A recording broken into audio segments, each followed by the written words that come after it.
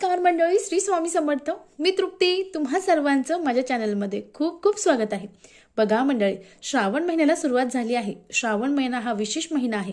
या श्रावण महिन्यामध्ये आपले सर्व जे सण असतात, व्रत वैकल्य असतात, अनेक जण न चुकता या महिन्यामध्ये शिवलीलामृत पारायण करतात। जेवढी आपली शिवाची महादेवाची सेवा होईल तेवढी सेवा आपण करत असतो। यासाठी श्रावण महिन्यामध्ये प्रत्येक दिवसाला खास महत्त्व आहे। अहो मंडळी, उद्या 1 ऑगस्ट आणि उद्या आली आहे अष्टमी आणि या दुर्गा अष्टमी सोबतच वार शुक्रवार आहे। मग आपण जर आपल्या कुलदेवतेची दुर्गा देवीची विधिवत पूजन केलं, काही मी जे सेवा सांगणार आहेत त्या केल्या, तर आपल्यावर आपली जी कुलदेवता आहे तिचं अखंड वरदहस्त राहणार आहे। कारण आपण कितीही सेवा केल्या, जर आपली जी कुलदेवता आहे आपण जर तिची सेवा करत नसेल तर आपल्या सर्व सेवा केलेल्या त्या आहेत त्याचं पुण्य आपल्याला मिळत नाही। त्यामुळे अनेक समस्या असू द्या, अनेक चिंता असू द्या, अडचणी असू द्या, यावर सगळ्यात महत्त्वाचं म्हणजे आपल्याला आपली जी कुलदेवता आहे तिचं नामस्मरण करणं महत्त्वाचं आहे। मग या दुर्गा अष्टमीला काही सेवा आहेत, अतिशय प्रभावी सेवा आहेत, त्या तुम्हाला करायच्या आहे। सेवा अगदी साध्या सोप्या आहेत, अगदी कमी वेळात होणार आहे। पण सेवा कशा करायच्या आपण तेच आज या व्हिडिओमध्ये जाणून घेणार आहोत। त्यामुळे व्हिडिओ स्किप न करता अगदी पूर्ण पहा आणि तुम्ही जर माझ्या चॅनलला नवीन असाल तर प्लीज चॅनलला सबस्क्राइब करा। बघा मंडळी, श्रावण महिन्यातील शुक्ल पक्षातील अष्टमी तिथीला श्रावण दुर्गाष्टमी हे जे व्रत आहे ते पाळले जाते। 1 ऑगस्ट 2025 या दिवशी महादेवासह आपण जर दुर्गा मातेची जर पूजा केली तर दुर्गाष्टमी जरी ही दर महिन्याला येत असली पण तरी देखील या श्रावण महिन्यात येणाऱ्या दुर्गा अष्टमीला अतिशय असं महत्त्व आहे। या दिवशी जर आपण भक्तिभावाने उपवास केला, नित्य पूजन केलं तर आपल्यावर दुर्गा मातेचा, आपल्या कुलदेवतेचा अखंड वरदहस्त राहत असतो आणि आपल्या घरामध्ये, आपल्या कुटुंबामध्ये सुख, शांती, समृद्धी नांदत असते। त्यामुळं आपल्याला हा जो दिवस आहे हा अतिशय महत्त्वाचा दिवस आहे। या महत्त्वाच्या दिवशी आपल्याला काही सेवा करायची आहे। मग सेवा कशी करायची ते जाणून घेऊ। बघा मंडळी, दुर्गा अष्टमीला किंवा कोणत्याही अष्टमीला आपण जर आपल्या घरात धनधान्याची कमतरता असेल, आपल्या घरात सुख, शांती, समृद्धी नांदत नसेल, सततचे भांडणं असतील, कटकट असतील, काही करून ते वाद संपत नसतील, तर तुम्ही कोणत्याही अष्टमीपासून तुम्हाला न चुकता अगदी 11 अष्टमी दुर्गा सप्तशतीचं पठण आहे ते करायचं आहे। आता तुम्हाला जर दुर्गा सप्तशतीचं तुम्ही जे पाठ आहे ते रोज वाचत असाल, नवरात्रात वाचत असाल, तर तुम्हाला अगदी पाऊण तास लागणार आहे। जे नवीन आहे त्यांना एक तास, सव्वा तास लागणार आहे। मग आपल्याला या दुर्गा अष्टमीच्या दिवशी माता दुर्गेला प्रसन्न करण्यासाठी, आपली कुलदेवतेला प्रसन्न करण्यासाठी आपल्याला या दिवशी तुम्हाला वेळ असेल तर शक्यतो या दिवशी, या श्रावण महिन्यामध्ये अतिशय पवित्र महिन्यामध्ये, त्यासोबत वार शुक्रवार आणि त्यासोबत दुर्गाष्टमी हा अगदी दुग्ध शर्करा योग आहे। त्यामुळे आपल्याला न चुकता या दिवशी दुर्गा सप्तशतीचं पठण करायचं आहे। स्नान करून, स्वच्छ धुतलेले वस्त्र परिधान करून दुर्गाष्टमीचं जे पारायण आहे, दुर्गाष्टमीचा जो पाठ आहे तो पूर्ण करायचा आहे। त्यानंतर सगळ्यात महत्त्वाचं, तुमच्या देवघरामध्ये दुर्गा मातेचा फोटो असेल, तुमची जी कुलदेवता आहे तिचा टाक असेल, तुमची जी कुलदेवता आहे तिची मूर्ती असेल, फोटो असेल, तुमच्याकडे फोटो असेल तर त्या फोटोला स्वच्छ पुसायचं आहे, पण करायचं आहे, मळवट भरायचं आहे। त्यानंतर तुमच्याकडे जर तुमच्या देवघरामध्ये मूर्तीचा कुलदेवतेची मूर्ती असेल, टाक असेल, तर त्यांना आपल्याला शुद्ध जलाने अभिषेक करायचा आहे। त्यानंतर पंचामृत घ्यायचं आहे, पंचामृताने अभिषेक करायचा आहे। अभिषेक करताना तुम्ही श्रीसूक्त जे आहे ते श्रीसूक्त लावायचं आहे आणि श्रीसूक्त म्हणत म्हणत आपल्याला अभिषेक करायचा आहे। त्यानंतर आपल्याला परत जी आपलं टाक आहे त्याला स्वच्छ पुसायचं आहे आणि देवघरात परत स्थापित करायचं आहे। धूप, दीप, गंध, अक्षदा, फुल अर्पण करायचं आहे, नमस्कार करायचा आहे।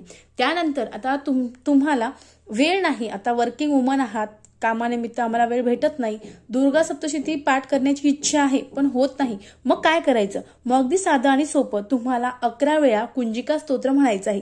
11 वेळा जर आपण कुंजिका स्तोत्र म्हणलं तर आपल्याला एक दुर्गा सप्तशती पाठ केल्याचं पुण्य मिळत असतं। आता दुर्गा सप्तशतीचा पाठ करण्यास वेळ नाही तर तुम्ही 11 वेळा कुंजिका स्तोत्र म्हणायचं आहे। आता कुंजिका स्तोत्र म्हणायला अगदी 15 मिनिटं 20 मिनिटं लागणार आहे। तासामध्ये जे आहे ते तुम्ही कुंजिका स्तोत्र म्हणू शकतात। येत नसेल युट्यूबला लावा आणि श्रवण करा, बघा तुम्हाला एक पूर्ण दुर्गा सप्तशती पाठ केल्याचं पुण्य मिळणार आहे। त्यानंतर आता सगळ्यात महत्त्वाचं म्हणजे या दिवशी तुमच्याकडे श्रीयंत्र असेल, त्यासोबत देवीचा टाक असेल, देवीच्या मूर्तीचा फोटो असेल, मूर्ती असेल, जेही असेल त्यावर आता लक्ष्मीला अतिशय प्रिय किंवा आपली जी कुलदेवता आहे तिला अतिशय प्रिय म्हणजे कुंकुमार्चन सेवा आहे। आपल्याला या दिवशी कुंकुमार्चन करायचं आहे। तामणामध्ये आपल्याला जी आपली कुलदेवता आहे, टाक असेल, फोटो असेल, मूर्ती असेल, ते तामणात ठेवायचं आहे आणि आपल्याला कुंकवाने अभिषेक करायचा आहे, कारण कुंकवाने जर आपण देवीला अभिषेक केला तर अतिशय पूर्ण ज्या सात्विक लहरी आहे त्या आपल्या घरात येतात आणि त्यासोबत त्या आपल्या शरीरात सुद्धा प्रवेश करत असतात. आपल्या अंगामध्ये, आपल्या शरीरामध्ये कितीही निगेटिव्ह एनर्जी असू द्या, निगेटिव्ह एनर्जी दूर होतात आणि आपले जे अनेक आजार आहेत, अनेक डोक्यात विचार चालू असतात ते सुद्धा थांबतात आणि घरामध्ये सुद्धा सुख, शांती, समृद्धी येते. मग आता आपण जेव्हा अर्चन करणार आहोत तेव्हा मंत्र कोणता, तर तुम्हाला 108 महालक्ष्मीची जी नावं आहेत ते गुगलला मिळून जाईल. तुमच्याकडे असेल अतिशय उत्तम, नसेल तर महालक्ष्मीचे 108 जी नामावली आहे ती तुम्हाला गुगलवरून PDF घ्यायची आहे. नसेलच शक्य, वेळ नसेल तर ओम महालक्ष्मी देवे नमः, ओम महालक्ष्मी देवे नमः, ओम महालक्ष्मी देवे नमः आपल्याला टाक किंवा जी मूर्ती आहे तिच्या पायापासून तर मस्तकापर्यंत आपल्याला कुंकू खालून वर टाकत न्यायचं आहे. अशा प्रकारे आपल्याला कुंकुमार्चन करायचं आहे. तोही वेळ शक्य नसेल तर तुम्ही ओम ऐं ह्रीं क्लीं चामुंडाय विच्चे, ओम ऐं ह्रीं क्लीं चामुंडाय विच्चे या मंत्राचा देखील तुम्ही जप करू शकता. तुम्हाला जसं शक्य असेल तसं तुम्हाला कुंकुमार्चन करायचं आहे. त्यानंतर सगळ्यात महत्त्वाचं, या दिवशी तुमच्या आजूबाजूला किंवा तुमच्या घरी एखादी सवाष्ण आली तर तिला निर्मुखी जाऊ देऊ नका. या दिवशी त्यांना शक्य झालं तर तुम्ही जेवण द्या, कारण दुर्गा अष्टमीला सवाष्ण जेवू घालणं अतिशय असं पवित्र आहे. याचं पुण्य आपल्याला खूप मिळत असतं, अधिक मिळत असतं. अगदी नाहीच त्यात जेवायचं म्हटलं तर तुम्ही अगदी त्यांना नाश्ता, फळं किंवा दूध, चहा, कॉफी ते देऊ शकतात. त्यांना निर्मुखी चुकूनही पाठवू नका. शक्य झालं तर त्यांची अगदी खणा नारळाने ओटी भरा. यासोबत तुमच्या जवळ आसपास एखादी छोटी मुलगी असेल तर तुम्ही कुमारिका भोजन देखील या दिवशी करू शकतात. 7 करा, 5 करा, 9 करा. नाहीच भेटली तर एक सुद्धा कुमारिका भोजन जे आहे तुम्ही या दिवशी अष्टमीला करू शकतात. कारण अष्टमीला असं खास महत्व आहे आणि या श्रावणातल्या अष्टमीला आपण जर काही सेवा केली तर आपल्या घरामध्ये धन धान्याची बरकत राहत असते आणि कधीही कमतरता त्याची भासत नाही. आता असंच आपल्याकडून कुलदेवतेची जी सेवा आहे ती होत नाही, मग काय करावं, तर या कुलदेवतेची सेवा करण्यासाठी आपल्याला सकाळ, संध्याकाळ, दुपार केव्हाही तुम्हाला देवाजवळ बसायचं आहे, आसन घ्यायचं आहे, तेलाचा जो दिवा आहे तो लावून घ्यायचा आहे. त्यानंतर आपल्याला अगरबत्ती लावायची आहे आणि आपल्याकडे जी जपमाळ आहे ती घ्यायची आहे आणि त्यानंतर आपल्याला 11 माळी न चुकता 11 माळी, कमीत कमी 5 माळी आणि जास्तीत जास्त 11 माळी आपल्याला आपली जी कुलदेवता आहे तिचं नामस्मरण किंवा नाम जप करायचा आहे. मग जप कसा करायचा, ओम ऐं ह्रीं क्लीं चामुंडाय विच्चे, ओम ऐं ह्रीं क्लीं चामुंडाय विच्चे, ओम ऐं ह्रीं क्लीं चामुंडाय विच्चे या मंत्राचा आपल्या 1 माळ म्हणजे 11 माळी आपल्याला करायचा आहे. कारण या दिवशी जर आपण आपल्या कुलदेवतेचा नामस्मरण केलं, जप केलं तर याचं निश्चित फळ आपल्याला 1% नाही तर 100% भेटत असतं. कारण आपण प्रत्येक जण आता सध्याच्या या धावपळीच्या युगामध्ये कुणालाही वेळ नसतो, पण वेळ काढून आपल्या कुलदेवतेची सेवा करणं हे आपलं आद्य कर्तव्य आहे.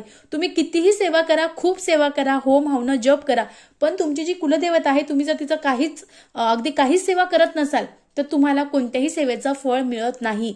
पहिलं कर्तव्य आपली जी कुलदेवता आहे तिचं नामस्मरण करायचं, तिची जी ही सेवा आहे ती करायची, जे ही स्तोत्र आहे ते वाचायचं. आता सगळ्यात महत्वाचं, मग या दिवशी आणखीन काय करायचं, या दिवशी तुम्ही 21 वेळा कमलात्मक मंत्र आहे तो कमलात्मक मंत्र तुम्हाला 21 वेळा म्हणायचा आहे. त्यानंतर सगळ्यात महत्वाचं कनकधारा स्तोत्र या दिवशी तुम्हाला म्हणायचं आहे. येत नसेल युट्यूबला लावा आणि ओम महालक्ष्मी नमः, ओम महालक्ष्मी नमः. यानंतर सगळ्यात महत्वाचं म्हणजे या दिवशी तुम्ही ललित सहस्रनाम जे आहे याचे सुद्धा अतिशय प्रभावी फायदे आहेत. तुम्हाला येत नसेल युट्यूबला लावा, पण या दिवशी ललित सहस्रनाम जे आहे त्याचं तुम्हाला श्रवण करायचं आहे किंवा वाचता येत असेल तर वाचायचं आहे. याचे सुद्धा अतिशय सुंदर फायदे आपल्याला मिळत असतात. आपल्या घरामध्ये सुख, शांती, समृद्धी 100% टिकत असते. आपल्या घरात नकारात्मक ऊर्जा असेल ती सुद्धा निघून जात असते. त्यामुळे तुम्हाला या दिवशी हा उपाय सुद्धा करायचा आहे. या दिवशी संध्याकाळी तुम्हाला जेव्हाही वेळ भेटेल तेव्हा आपल्या मुख्य उंबरठ्यावर आपल्या घरात लक्ष्मी टिकत नसेल, आपल्या घरात पैसा राहतच नसेल तर संध्याकाळी तुम्हाला न चुकता एक मातीची पंती घ्यायची आहे. त्यात 2 न चुकता अखंड लवंगा टाकायच्या आहे, 2 वेलची आहे त्या टाकायच्या आहे आणि 2 भीमसेनी कापराचे तुकडे टाकायचे आहे आणि ते आपल्याला उंबरठ्यावर जाळायचं आहे. उंबरठ्यावर जाळताना आपल्याला नंतर सगळ्यात महत्वाचं, आता शुक्रवारी तुम्हाला जेव्हाही वेळ भेटेल तेव्हा तुम्हाला एक अतिशय साधी पण अतिशय प्रभावी उपाय करायचा आहे. तो कोणता, तर आपल्याला 11 अखंड लवंगा घ्यायच्या आहे आणि 11 अखंड लवंगा घेतल्यानंतर आपली जी कुलदेवतेचा टाक असेल, फोटो असेल, मूर्ती असेल ती तुम्हाला तामणात ठेवायचं आहे. 11 अखंड लवंगा घ्यायच्या आहे, एक देवाजवळ समोर बसायचं आहे, दिवा लावून घ्यायचा आहे, अगरबत्ती लावायची आहे आणि जे लवंग आहे ते लवंगेची जी दांडा असतो तो आपल्या देवीकडे करायचा आहे आणि जे फूल असतं ते तुमच्याकडे करायचं आहे. आणि त्यानंतर ओम ऐं ह्रीं क्लीं चामुंडाय विच्चे किंवा ओम महालक्ष्मी देव्यै नमः, ओम महालक्ष्मी देवे नमः तुम्हाला जोही जप येतो त्या जप तुम्हाला ती लवंग माता लक्ष्मीला, माता दुर्गेला, माता तुमची जी कुलदेवता आहे तिला अर्पण करायची आहे। आणि त्यानंतर 11 लवंग अर्पण केल्यानंतर तुम्हाला हळदी कुंकू व्हायचं आहे, धूपदीप दाखवायचा आहे।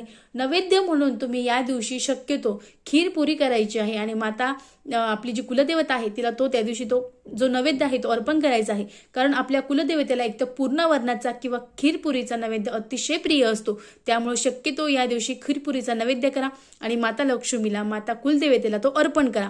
त्यानंतर दुसऱ्या दिवशी ते लवंग घ्यायचे आहे आणि घरात जे सगळे सदस्य आहे फक्त घरातले त्या सदस्यांनी एक एक लवंग खाऊन टाकायचे आहे। लवंग ही आरोग्यासाठी सुद्धा अतिशय प्रभावी आहे आणि तुम्ही तुमच्या कुलदेवतेला मंत्र म्हणून जी सेवा करून ही जी लवंग आहे ती अर्पण केली आहे तर याचे चांगलेच फायदे तुमच्या शरीराला, तुमच्या मनाला, तुमच्या आरोग्याला मिळणार आहे। बघा अशा प्रकारे आपल्याला अतिशय साध्या, अतिशय प्रभावी सेवा करायची आहे। शक्य झाल्यास या दिवशी जितक्या सेवा तुमच्याकडून करता येईल तेवढ्या सेवा तुम्हाला करायची। कसा वाटला कमेंट्स करा। चॅनलला नवीन असाल चॅनलला सबस्क्राईब करा। परत भेटू एका नवीन व्हिडिओमध्ये। झालेली सेवा महाराजांच्या चरणी रुजू करते। श्री स्वामी समर्थ। धन्यवाद।